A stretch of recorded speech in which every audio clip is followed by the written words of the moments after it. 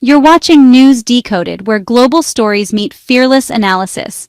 If you believe that truth shouldn't be sugar-coated, that satire is sometimes the only way to make sense of chaos, and that calling out ignorance is a duty, not a choice, then you're in the right place. Tap that subscribe button, drop your thoughts in the comments, and let's break the noise together. This isn't just a channel. This is News Decoded, clarity in the age of confusion.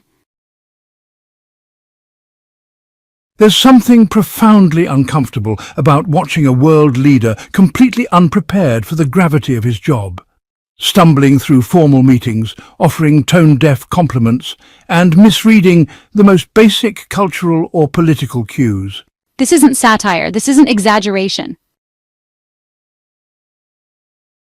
This is what happened when Donald Trump met with the president of Liberia. With the cameras rolling and reporters watching, Trump complimented the Liberian president on his beautiful English, as if that was a surprising talent. Where did he learn to speak so beautifully? He asked, clearly unaware that English is in fact Liberia's official language. The implication was glaring. The colour of the man's skin somehow made his fluency in English unexpected. It wasn't just a gaffe. It was ignorance laced with racial undertones, made worse by the smugness with which the comment was delivered. This was a man who had taken time out of his schedule, travelled across continents and sat down in good faith, only to be spoken to like a novelty act at a dinner party. It was insulting, it was patronising, and it was entirely preventable, had any effort been made to prepare for the meeting. But as we've seen time and again, preparation is not part of Trump's style. Ego is. What followed was a sequence of awkward moments that have become all too common. Trump bragged about other nations begging to do deals with the US, claiming that countries were practically kissing his ass to get his attention. His words, not ours. But when pressed on where those supposed deals were, what we saw instead was bullying masquerading as negotiation.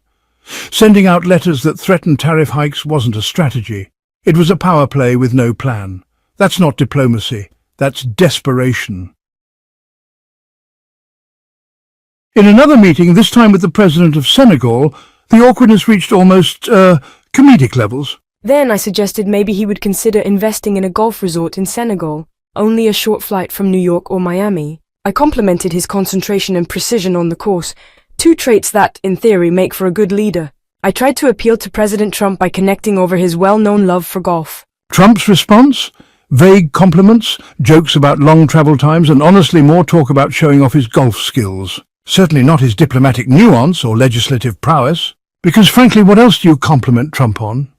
And golf, of all things, became that bridge. I was clearly trying to navigate Trump's ego, searching for some common ground that didn't involve politics or policy. But even that wasn't the most awkward Oval Office encounter. These interactions weren't just awkward, they were emblematic. Time and time again, Trump showed up to these meetings unprepared, uninterested, and uninformed. He demanded flattery, he expected gifts, he steered conversations away from policy and into ego-driven detours, and world leaders noticed. Vietnam rewrote its own zoning regulations to accommodate Trump's golf course. Qatar admitted they had offered to sell a jet, not gift it, until Trump demanded it. And other countries learned the pattern.